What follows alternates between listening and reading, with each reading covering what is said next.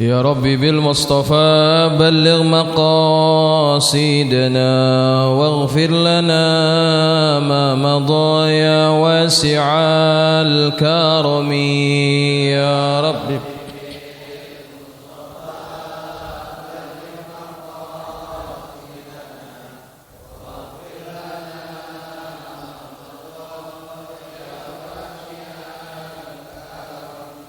يا ربي هيئ لنا من أمرنا راشدا واجعل معونتك الحسنى لنا مددا يا ربي بالمصطفى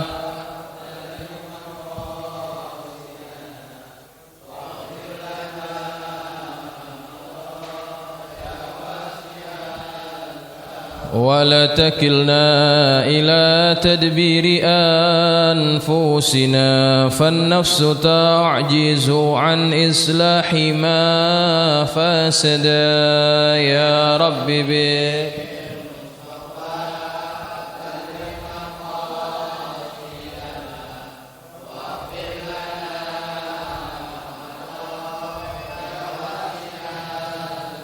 أنت الكريم وقد جهزت يا آملي إلى أيادك وجها سائلا ويدا يا رب بالمصطفى بلغ مقاصدنا واغفر لنا ما مضى يا واسع الكرم اللهم صل وسلم وبارك عليه وعلى آله.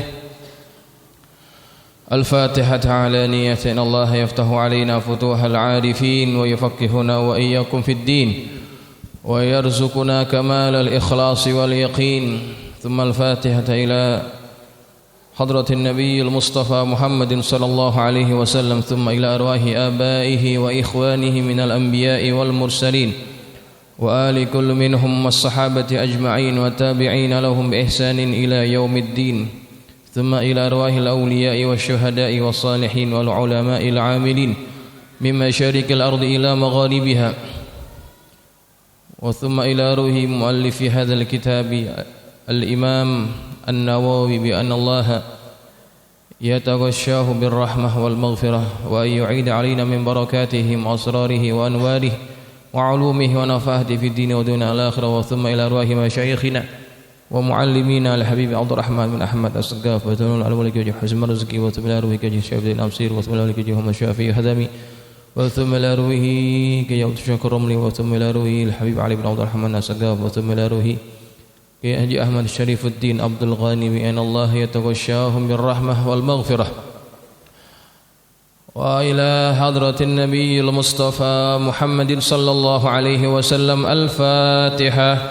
أعوذ بالله من الشيطان الرجيم. بسم الله الرحمن الرحيم.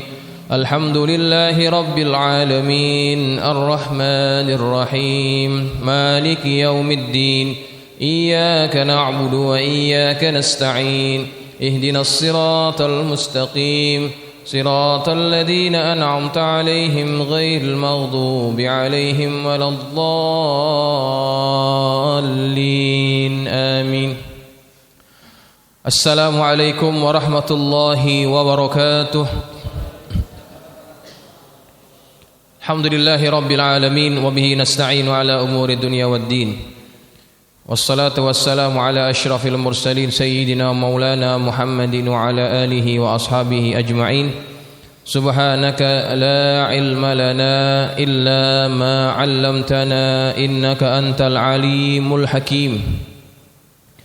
رب اشرح لي صدري ويسر لي أمري واحلل عقدة من لساني يفقه قولي. أما بعد فإن أصدق الحديث كتاب الله تعالى وخير الهدي هدي محمد صلى الله عليه وسلم وشر الأمور محدثاتها وكل محدثة بدعة وكل بدعة ضلالة وكل ضلالة في النار.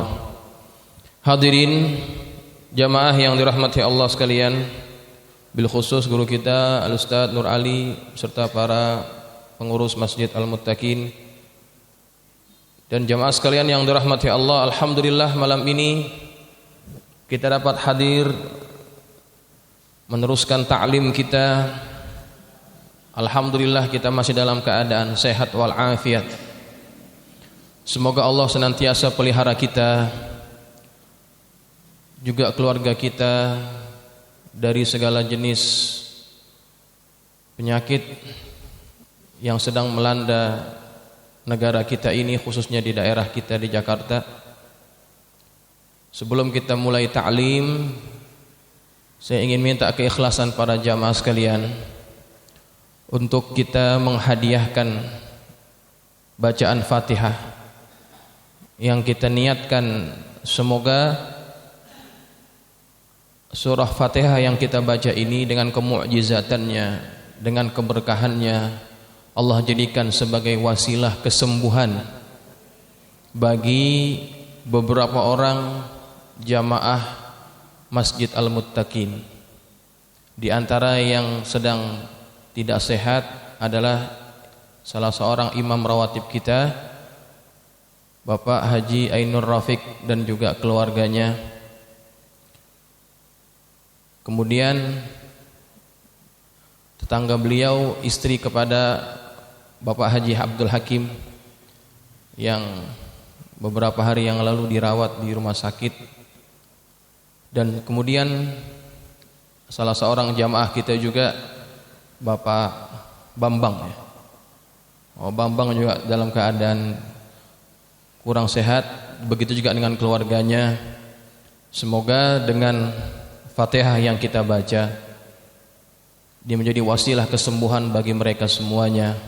Allah angkat penyakitnya, Allah berikan kesembuhan kepada mereka semuanya dalam keadaan segera.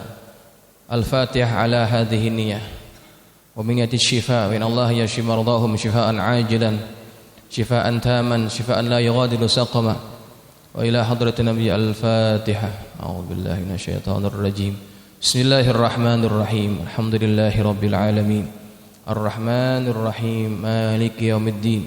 Iyyaka na'budu wa iyyaka nasta'in. Ihdinas siratal mustaqim. Siratal ladzina an'amta 'alaihim ghairil maghdubi 'alaihim waladdallin. Amin. Baik jamaah yang dirahmati Allah sekalian, kita akan meneruskan ta'lim kitab Hadis Arba'in Nawawi. Kita masih membicarakan hadis yang ke-24. Hadis yang ke-24, hadis yang cukup panjang. Belum habis kita bahas. Kita akan baca hadisnya, mengambil barakah daripada hadis Rasulullah SAW. Bismillahirrahmanirrahim. Qala al-musannif rahimahullahu ta'ala wa nafa'ana bi ulumihi fid dharain amin. Qala radhiyallahu ankum عن أبي ذر الغفاري رضي الله عنه عن النبي صلى الله عليه وسلم فيما يرويه عن ربه عز وجل أنه قال يا عبادي إني حرمت الظلم على نفسي وجعلته بينكم محرما فلا تظالموا يا عبادي كلكم ضال إلا من هديت فاستهدوني أهدكم يا عبادي كلكم جائع إلا من أطعمته فاستطعموني أطعمكم يا عبادي كلكم عار إلا من كسوته فاستكسوني أكسكم يا عبادي إنكم تخطئون بالليل والنهار وأنا أغفر الذنوب جميعا فاستغفروني أغفر لكم يا عبادي إنكم لن تبلغوا ضري فتضروني ولن تبلغوا نفعي فتنفعوني يا عبادي لو أن أولكم وآخركم وإنسكم وجنكم كانوا على أتقى قلب رجل واحد منكم ما زاد ذلك في الملك شيئا يا عبادي لو أن أولكم وآخركم وإنسكم وجنكم كانوا على أفجر قلب رجل واحد منكم ما نقص ذلك في من ملكي شيئا يا عبادي لو أن أولكم وآخركم وإنسكم وجنكم قاموا في صعيد واحد فسألوني فأعطيت كل واحد مسألته ما نقص ذلك مما عندي إلا كما ينقص المخيط إذا أدخل البحر يا عبادي إنما هي أعمالكم أحصيها لكم ثم أوفيكم إياها ومن وجد خيرا فليحمد الله ومن وجد غير ذلك فلا يلومن إلا نفسه. رواه Muslim.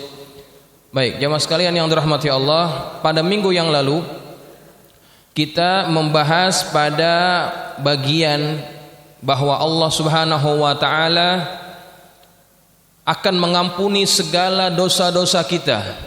Ya, pada bagian itu kita membahas pada minggu yang lalu. Nah, kemudian pada lanjutan hadis qudsinya Allah Subhanahu wa taala berfirman pada hadis qudsi ini, ya ibadi innakum lan tablughu dhurri fatadurruni wa lan tablughu naf'i fatanfa'uni. Wahai hamba-hambaku, sesungguhnya kalian tidak akan mampu menjangkau kemudaratanku sehingga kalian bisa menimpakan mudarat kepadaku. Kalian juga tidak akan mampu menjangkau kemanfaatanku sehingga kalian bisa memberi manfaat kepadaku. Maksud daripada hadis ini, bagian ini, bahwa kita sebagai makhluk tidak punya kekuatan apapun. Kita tidak bisa memberi mudarat kepada Allah, dan kita juga tidak bisa memberikan manfaat kepada Allah Subhanahu wa taala. Allah lah yang memberikan mudarat, dan Allah juga yang memberikan manfaat kepada setiap hambanya. Jamaah sekalian yang dirahmati Allah, kemudian Allah Subhanahu wa taala berfirman, ya ibadi law anna awwalakum wa akhirakum wa insakum wa jinnakum kanu ala atqa qalbi rajulin wahidin minkum ma zada dzalika fi mulki syai'a. Wahai hamba-hambaku, andaikan kalian semua, baik dari yang pertama hingga yang terakhir, baik dari bangsa manusia hingga bangsa jin, semuanya seperti orang yang paling bertakwa di antara kalian, maka hal itu tidak menambah sedikit pun kebesaran kekuasaanku. Ya ibadi law anna awwalakum wa akhirakum wa insakum wa jinnakum kanu ala afjari qalbi wahidin minkum ma naqasa dzalika min mulki syai'a. Wahai hamba-hambaku, andaikan kalian semua, baik dari yang pertama hingga yang terakhir, baik dari bangsa manusia dan bangsa jin, semuanya seperti orang yang paling jahat di antara kalian, maka hal itu tidak mengurangi sedikit pun kebesaran kekuasaanku. Maksud daripada ayat ini, daripada hadis ini juga, ketaatan kita tidak akan membuat Allah itu merasa lebih hebat kerajaannya. Begitu juga kemaksiatan yang kita lakukan terhadap Allah sedikit pun tidak akan merendahkan, menurunkan martabat dan keagungan kerajaan Allah Subhanahu wa taala. Kalau kita hidup di dunia ini, kita punya perusahaan kita punya anak buah, beberapa orang pekerja yang mereka kita gaji untuk bekerja di perusahaan kita. Maka mereka akan bekerja sebaik mungkin. Karena usaha mereka yang bekerja sebaik mungkin itu, perusahaan akhirnya mendapatkan keuntungan. Kemudian kita sebagai bos pun ikut menjadi besar. Karena apa? Perusahaan itu menjadi besar juga. Keuntungannya banyak. Tapi kebesaran yang kita punya itu ada andil orang lain. Siapa mereka? Para pekerja kita. Mereka yang bekerja untuk membesarkan perusahaan yang kita bina, kita kebagian kebesaran itu. Tetapi bagi Allah Subhanahu wa taala, ibadah yang kita lakukan, banyak apapun ibadah yang kita lakukan, tidak sedikit pun mempengaruhi kerajaan Allah yang sudah menjadi mulia. Begitu juga apabila kita bermaksiat seluruhnya, sedikit pun tidak akan menurunkan keagungan daripada kerajaan Allah Subhanahu wa taala. Ya. Jadi jamaah sekalian, ada 3 bagian yang kita sudah bahas. Kita tidak dapat memberikan mudarat kepada Allah, tidak bisa memberikan manfaat kepada Allah. Kemudian ketaatan kita tidak membuat kerajaan Allah menjadi lebih hebat. Kemaksiatan kita juga tidak membuat kerajaan Allah semakin rendah. Semuanya karena Allah Maha segala-galanya. Begitu. Dan jamaah sekalian, kita harus ingat bahwa segala jenis kemudaratan itu tidak akan menimpa kita melainkan Allah yang sudah takdirkan itu menimpa diri kita. Ya, ini harus kita tanamkan dalam hati. Ketika orang menyadari bahwa kemudaratan itu tidak akan menimpa seseorang melainkan karena izin dan kehendak daripada Allah, maka kita tidak akan menyalahkan pihak manapun. Kita akan menerima ketentuan itu karena semuanya sudah menjadi ketentuan dan kehendak daripada Allah Subhanahu wa taala. Dalam satu riwayat yang masyhur, yang kisah ini Allah abadikan juga bagiannya dalam Al-Qur'an, yaitu dalam surah Al-Buruj. Ya, ada kisah tentang Ashabul Ukhdud. Ashabul Ukhdud, orang-orang yang mereka disiksa dengan cara dibakar di satu parit yang berisi kobaran api yang menyala. Penduduk kampung itu dicampakkan ke dalam kobaran api itu. Ya. Jamaah sekalian, kisahnya adalah ada seseorang raja yang zalim. Raja ini mengaku dirinya adalah Tuhan. Kemudian si raja ini memiliki tukang sihir ataupun tukang tenul, tukang tenung, tukang sihirnya, tukang tiliknya, ahli nujumnya, yang dia sudah berusia lanjut. Kemudian dia berkata kepada si raja, "Wahai tuan raja, saya sudah tua, saya sudah sepuh, tolong carikan pemuda untuk saya turunkan ilmu yang saya punya agar dapat meneruskan apa yang sudah saya lakukan." Maka dipilihlah salah seorang pemuda di antara rakyatnya, terpilih satu orang. Kemudian orang ini datanglah ke rumah si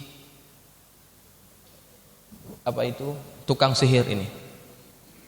Datang ke rumah tukang sihir ini, tetapi setiap kali dia ingin datang ke rumah si tukang sihir, dia melewati satu rumah.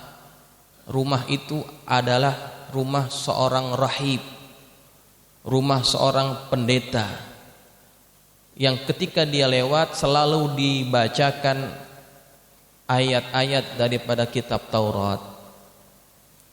Pemuda ini setiap kali lewat di tempat itu dia merasa tertarik untuk mendengar.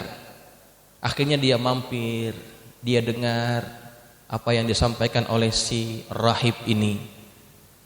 Kemudian dia lanjutkan pergi ke rumah si tukang sihir. Ketika datang ke rumah tukang sihir, dia datang terlambat, dimarahi. Dia pulang ke rumah, mampir lagi ke rumah si ke rumah si rahib ini. Dia mengadu, "Saya tadi diomelin, saya tadi dimarahin sama si tukang sihir." Kemudian diberitahu, "Kalau kamu nanti datang lagi ke rumahnya dan kamu terlambat, katakan bahwa orang tuamu yang menahanmu sehingga kamu datang terlambat. Begitu juga kalau engkau pulang ke rumah, engkau dimarahi oleh orang tuamu, katakan si tukang sihir itu menahanmu sehingga kamu pulang terlambat." Singkat cerita, akhirnya anak muda ini dia memiliki ilmu yang dia kuasai daripada si rahib. Memiliki ilmu apa? Satu hari dia lewat di satu tempat yang di jalan itu ada satu ekor binatang buas. Yang binatang buas ini membuat orang-orang tidak berani lewat di jalan itu. Ketakutan semuanya. Kemudian si anak muda ini dia ingin menguji siapa di antara dua orang yang mengajarkan aku ilmu yang lebih betul ilmunya. Apakah si rahib ataukah si tukang sihir? Diambil batu. Ya Allah, seandainya yang betul adalah si rahib ini, maka hancurkan, binasakan bunuhlah binatang ini. Diambil batu, kemudian dilempar batu itu, kena kepada si hewan ini, mati. Padahal batunya tidak besar, tapi Allah mengkehendaki bahwa yang betul adalah si rahib tersebut. Maka dia datang ke rumah rahibnya, menceritakan kejadian itu. Wahai tuan guru, saya tadi di jalan menemukan satu binatang yang buas. Kemudian orang-orang tidak berani lewat di tempat itu. Kemudian saya ambil batu, saya katakan, kalau seandainya Tuhan yang betul, maka bunuhlah hewan ini. Dan hewan itu terbunuh dengan lemparan batu yang saya lempar kepadanya. Kemudian kata si tuan gurunya, sekarang engkau sudah lebih hebat daripada saya. Kata si rahib, sekarang engkau sudah lebih hebat daripada saya. Seandainya kalau nanti ada yang bertanya, siapa yang mengajarkanmu, maka jangan sebut-sebut nama aku. Begitu. Akhirnya anak muda ini memiliki kepakaran, keahlian yang luar biasa. Apa keahliannya? Dia dapat menyembuhkan segala jenis penyakit dengan izin Allah. Setiap orang yang berobat, dia akan sembuhkan, dia akan obati dengan syarat kalau mereka mau beriman kepada Allah. Karena setiap kali yang datang berobat, diberitahu bahwa yang menyembuhkan bukan saya, tetapi Allah, Tuhanku dan Tuhan kamu. Itu katanya. Kalau kamu mau sembuh, maka kamu mesti beriman dengan Allah. Setiap orang yang berobat disuruh begitu. Akhirnya mereka pun banyak yang beriman kepada Allah. Sembuh, apa saja penyakit sembuh dengan izin Allah. Ketika orang sudah semakin tahu kehebatan si pemuda ini yang mampu menyembuhkan banyak penyakit, terdengar kabar itu ke istana raja. Salah seorang menterinya, kebetulan dia menderita penyakit kebutaan, matanya tidak dapat melihat, dan dia mendengar ada seorang pemuda yang dapat mengobati penyakit apapun termasuk buta. Datanglah dia.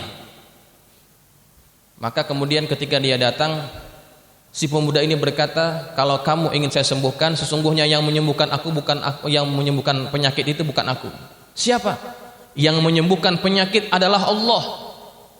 Kalau Anda ingin disembuhkan, maka Anda harus beriman dengan Allah. Baik, kalau begitu, asalkan saya sembuh, saya mau. Saya beriman dengan Tuhan Allah Subhanahu wa taala. Maka akhirnya dengan izin Allah sembuh menteri ini. Dia pun gembira. Dia kembali ke istananya, rajanya heran. Kok kamu sudah bisa lihat? Siapa yang sembuhkan? Allah, kata dia. Siapa yang sembuhkan? Allah. Marah si raja ini. Kenapa? Karena tidak boleh ada yang mengaku Tuhan, hanya dia yang boleh mengaku Tuhan. Maka ketika menterinya mengaku Tuhannya itu yang menyembuhkan, Allah yang menyembuhkan, dia marah, dia murka. Siapa yang mengajarkan kamu? Siapa yang mengajarkan kamu? Akhirnya singkat cerita, dipanggillah orang-orang yang mengajak si menteri ini kepada beriman kepada Allah. Pemuda itu dibawa. Kemudian pemuda itu ditanya, siapa yang menyuruh, yang mengajak kamu kepada ajaran ini? Rahib itu juga dibawa. Dihadapkan di hadapan tuan raja. Disuruh dua orang ini. Pertama, dua orang ini disuruh untuk apa? Kembali beriman kepada si raja. Tinggalkan keimanan kepada Allah. Diancam akan dibunuh kalau tidak ingin meninggalkan keyakinan mereka. Tapi mereka tetap beriman kepada Allah. Maka si menteri dan si rahib itu, mereka ditelungkupkan di satu tempat, kemudian disuruh penjaganya disuruh pengawalnya untuk membawakan satu sikat. Sikat yang terbuat daripada besi. Sikat itu diletakkan di belakang badannya. Diletakkan di badannya, kemudian ditarik. Kulit daripada orang ini tercabut dari tulangnya. Kulitnya tercabut, dagingnya tercabut, disiksa dengan cara yang seperti itu. Tapi mereka tetap beriman kepada Allah. Tidak meninggalkan keimanan mereka. Yang satu lagi disiksanya dengan cara apa? Diambil gergaji yang besar, diletakkan badannya separuh di dalam tanah. Gergaji itu dipegang oleh dua orang, kemudian diletakkan di atas kepalanya. Kepalanya digergaji, terbelah menjadi dua, badannya terbelah menjadi dua, tapi tetap tidak meninggalkan keimanannya kepada Allah. Kemudian tinggal si pemuda ini. Bagaimana cara disiksanya? Caranya, si raja menyuruh pengawalnya bawa dia ke atas gunung, bawa pemuda ini ke atas gunung. Kalau sudah sampai di atas gunung, lemparkan dia. Ketika dibawa ke atas gunung, maka tiba-tiba Allah menghendaki gunung itu bergegar. Gunung itu bergegar, jatuh semua pengawalnya kecuali dia. Allah menghendaki dia selamat. Dia pulang lagi ke istananya. Rajanya heran, mana yang lain? Yang lain mati. Kemudian dibawa lagi, suruh pengawal yang lain, bawa orang ini, bawa ke tengah lautan. Sudah sampai tengah lautan, campakkan dia ke tengah lautan. Dibawa ke tengah lautan, sampai di tengah lautan, kapalnya itu terombang-ambing oleh gelombang yang sangat besar. Semua jatuh, semuanya jatuh, mati, melainkan dia yang selamat. Pulang lagi ke istana. Si raja heran lagi, ini orang gak mati-mati, mau dibunuh tidak mati-mati. Kenapa? Karena Allah belum menghendaki dia mati. Kemudian kata si pemuda ini, wahai tuan raja, kalau tuan raja ingin membunuh saya, gampang. Bagaimana caranya? Kumpulkan rakyat tuan. Kumpulkan rakyat tuan, satu lapangan kumpulin. Kemudian letakkan saya di tengah-tengah. Ikat saya. Kemudian tuan raja ambil anak panah. Kemudian tuan raja panahlah saya. Tetapi tuan raja mesti menyebut dengan nama Tuhan si pemuda ini. Bismillahi hadzal ghulam, Bismillahi hadzal rajul, Bismillahi hadzal rajul. Dalam setengah riwayat Bismillahi rabbil ghulam. Bismillah, dengan nama Allah Tuhan si pemuda ini. Dia ambil anak panah, dilepaskan anak panah itu tepat kena di pelipisnya. Kena di pelipisnya. Kalau hitungan kita, ada orang dipanah kena pelipis mati atau tidak? Mati enggak? Enggak mati kan? Pelipis. Kalau yang kena di sini di jantung mati. Ini yang kena di pelipisnya. Tapi ketika kena panahan itu dia mati. Tetapi yang mengherankan adalah ketika rakyatnya itu mengetahui bahwa pemuda ini mati, ketika sang raja menyebut nama Tuhan si pemuda ini, akhirnya apa yang terjadi? Semua rakyatnya beriman kepada Tuhan si pemuda ini. Ya Allah, kami beriman kepadamu. Pemuda ini tidak bisa dibunuh. Tapi ketika disebutkan nama si pemuda ini Tuhannya, maka pemuda ini pun akhirnya mati. Semuanya beriman kepada Allah Subhanahu wa taala. Kemudian si raja ini marah, ya. Gimana ini? Semua rakyatku semuanya beriman. Akhirnya mereka dipaksa beriman kepada tuan raja ini. kalau tidak dibakar, semuanya sanggup disiksa asalkan tidak meninggalkan keimanannya kepada Allah Subhanahu wa taala. Maka dibuatlah satu parit besar. Satu parit besar isinya adalah kayu bakar, api yang bergelora. Satu-satu dicampakkan masuk ke dalamnya. Sedangkan mereka melihat, raja-raja itu melihat keadaan mereka disiksa dengan cara yang seperti itu. Nah, hadirin jamaah sekalian, inilah kisah yang menunjukkan bahwa ketika Allah tidak menghendaki mudarat kepada kita, maka tidak akan ada satupun yang dapat menimpa kita. Ya, makanya mintalah kepada Allah perlindungan senantiasa. Nabi sudah ajarkan kita. Cuma kadang-kadang kita lupa. Ketika kita lupa, kita dapat masalah, kita dapat penyakit, kita dapat ujian. Ya, maka jangan tinggal baca zikir yang disebutkan oleh Nabi, yang itu sudah disusun oleh para ulama dalam Wirdul Latif, disuruh baca pagi dan petang. Di antaranya apa?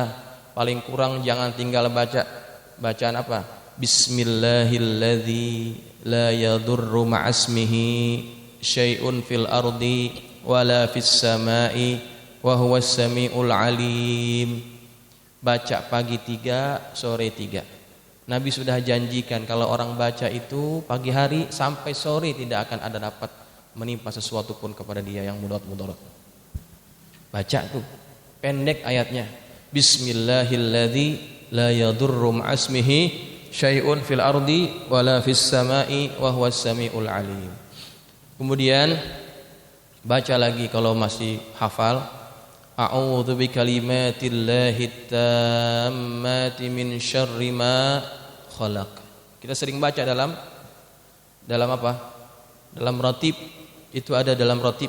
Tapi ratib kan seminggu sekali kan?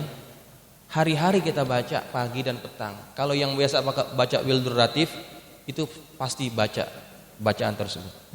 Insyaallah kita dijaga oleh Allah Subhanahu wa taala. Ya, tentunya juga ikhtiar yang duniawi sifatnya itu harus kita laksanakan, ya. Ikhtiar yang sifatnya duniawi itu juga mesti kita laksanakan. Nah, jamaah sekalian, saya ingin ajarkan lagi satu doa kepada para jamaah. Ini diijazahkan oleh seorang wali min auliyaillah. Namanya Kiai Khalil Bangkalan. Ya. Diijazahkan oleh beliau secara umum setelah dilacak kitab-kitab beliau yang lama tersimpan, ada dituliskan dalam kitabnya itu satu wirid, satu bacaan yang disuruh dibaca setiap selesai sholat fardu 3 kali. Ya, dibaca setiap sholat fardu sebanyak 3 kali. Diberikan judul oleh beliau, wirid ini adalah sebagai wirid penangkal wabah. Waktu itu dia sudah tulis itu, wirid penangkal wabah. Kalau hafal bagus, kalau tidak mungkin nanti bisa lihat rekamannya, ya, ataupun nanti bisa kalau ingin saya catatkan, saya tolong catatkan nanti. Bismillahirrahmanirrahim.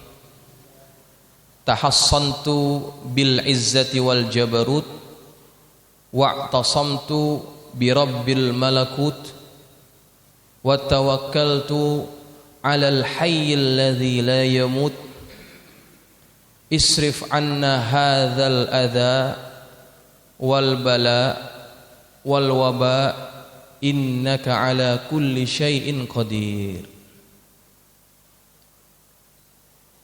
Pendek atau panjang? Hah?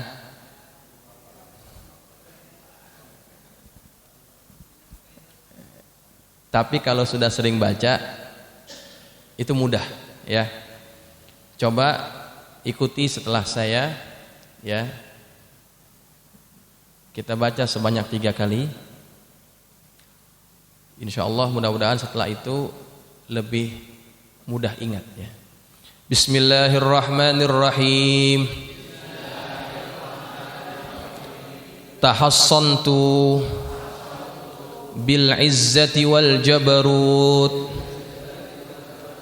wa'tasamtu bi rabbil malakut wa tawakkaltu 'alal hayyil ladzi la yamut isrif 'anna hadzal adza wal bala wal waba innaka ala kulli syai'in qadir.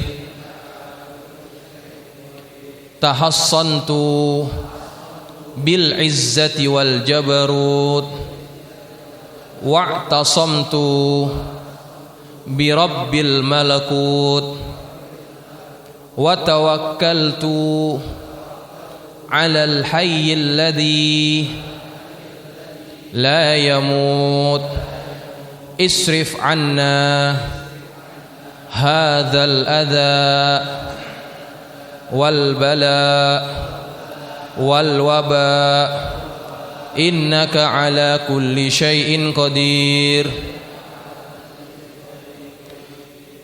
Tahassantu bil izzati wal jabarut wa'tasamtu bi rabbil malakut wa tawakkaltu 'alal hayyil ladzi la yamut isrif 'anna hadzal adza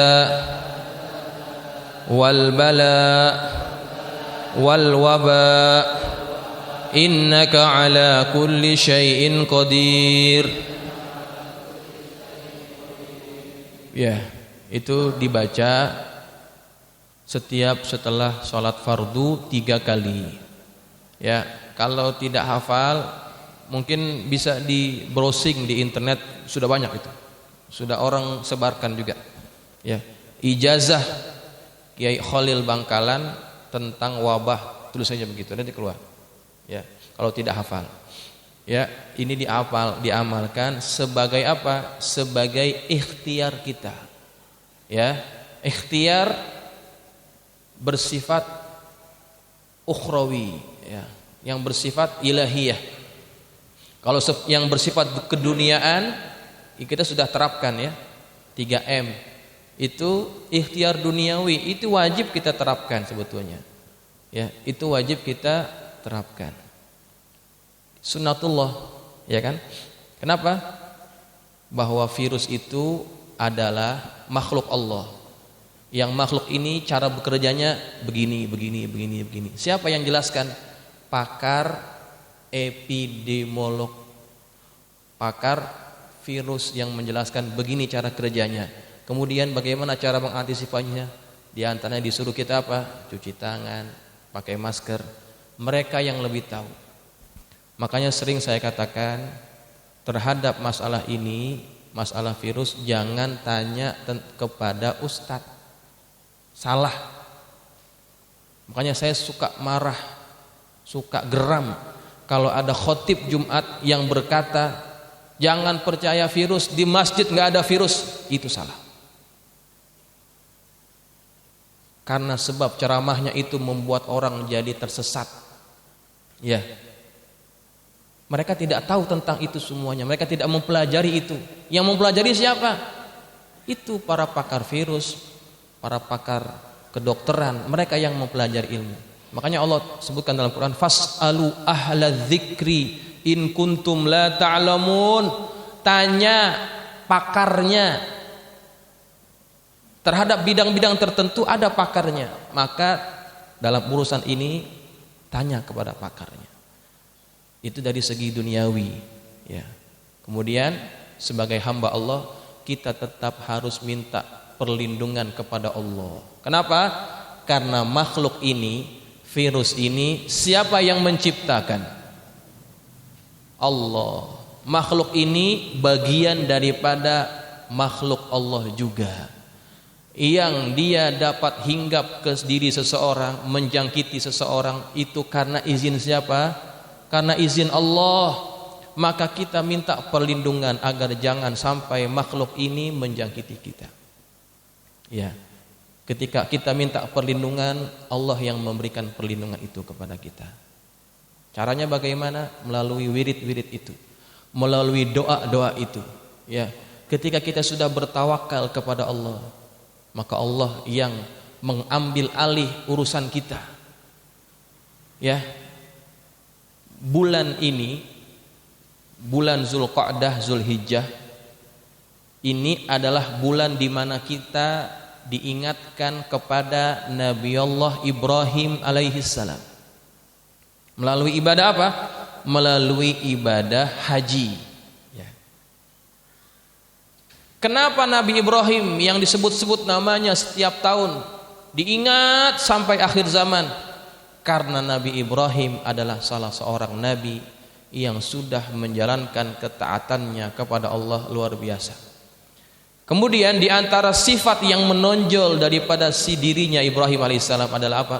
Sifat dan sikap tawakalnya yang tinggi kepada Allah. Dia sangat bertawakal kepada Allah. Ketika hamba ini bertawakal kepada Allah, Allah yang handle urusannya. Sebagai contoh kisahnya adalah ketika Nabi Ibrahim ingin dibakar oleh Namrud. Nabi Ibrahim diikat di satu alat yang disebut sebagai ketapel raksasa.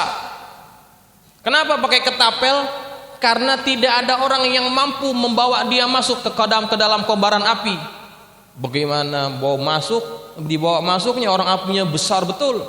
Yang ngiringin juga udah kepanasan. Maka cara untuk mencampakkan Ibrahim adalah menggunakan ketapel, menggunakan selepetan luang yang besar. Diikat Nabi Ibrahim, sudah hampir dicampakkan ke dalam api. Turun Jibril kepada Ibrahim. Ditanya Ibrahim oleh Jibril alaihissalam, alika hajah, apakah engkau punya keperluan? Apakah kamu perlu aku bantu? Kata Ibrahim, kalau dengan kamu aku tidak perlu bantuan, tapi kalau dengan Allah aku perlu bantuannya. Padahal Jibril kan makhluk Allah juga, suruhan Allah juga, tetapi Nabi Ibrahim tidak mau bantuan daripada makhluk Allah. Dia mau Allah yang langsung memberikan pertolongan. Karena apa? Ketika Allah yang turun tangan, Allah lebih cepat bantuannya dibandingkan makhluk yang lainnya. Turun juga makhluk Allah yang lainnya, malaikat yang menjaga awan hujan, turun kepada Ibrahim. Wahai Ibrahim, kapan saja engkau suruh aku turunkan hujan, aku turunkan hujan. Padam ini api. Apa kata Ibrahim? Pertolongan Allah jauh lebih cepat daripada apa yang kamu turunkan. Maka sebelum dicampakkan ke dalam api, kalimat terakhir Ibrahim adalah hasbiyallah wa ni'mal wakil. Hasbiyallah wa ni'mal wakil. Cukuplah bagiku Allah, dan Allah lah sebaik-baik wakil. Ketika kita sudah menyerahkan urusan kita kepada Allah, bertawakal kepada Allah, maka Allah yang akan mengurus masalah kita.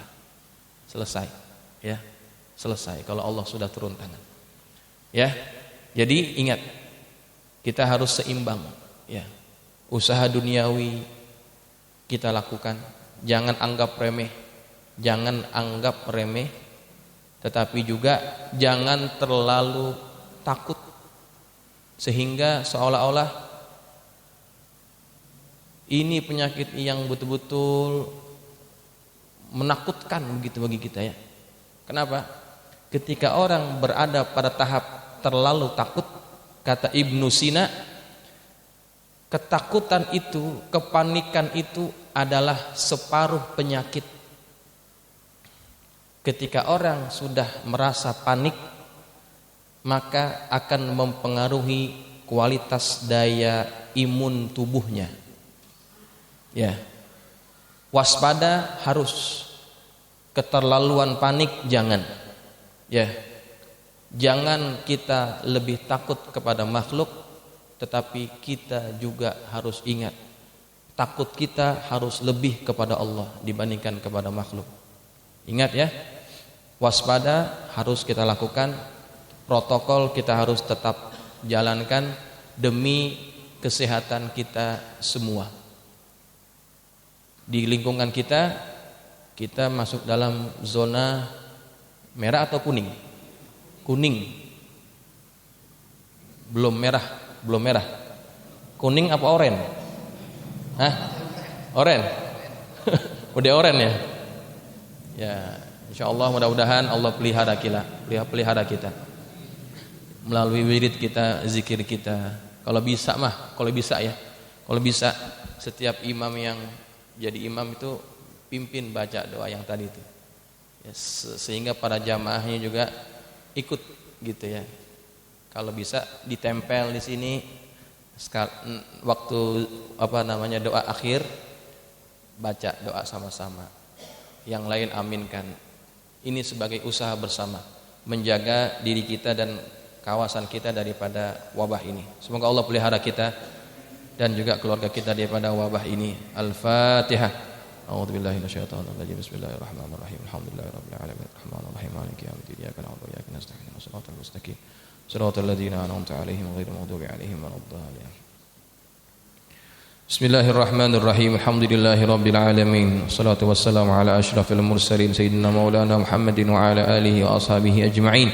Allahumma anfa'na bima 'allamtana wa 'allimna ma yanfa'una. Allahumma zidna wa la tanqusna wa akrimna wa la tuhinna wa'tina wa la tahrimna wa athirna wa la tu'thir 'alaina wa ardina warda 'anna. Allahumma inna nas'aluka bihaqqi Fatimata wa abiha wa ba'liha wa nahtah 'alaina wa 'ala auladina wa talamidina futuhal 'arifin. فقهنا وإياكم في الدين وارزقنا كمال الإخلاص واليقين. اللهم ارزقنا فهم النبيين وحفظ المرسلين وإلهام الملائكة المقربين برحمتك يا أرحم الراحمين. اللهم اجعلنا من الذين يستمعون القول فيتبعون أحسنه. صلى الله على سيدنا محمد وعلى آله وصحبه وسلم. الحمد لله رب العالمين. السلام عليكم ورحمة الله وبركاته.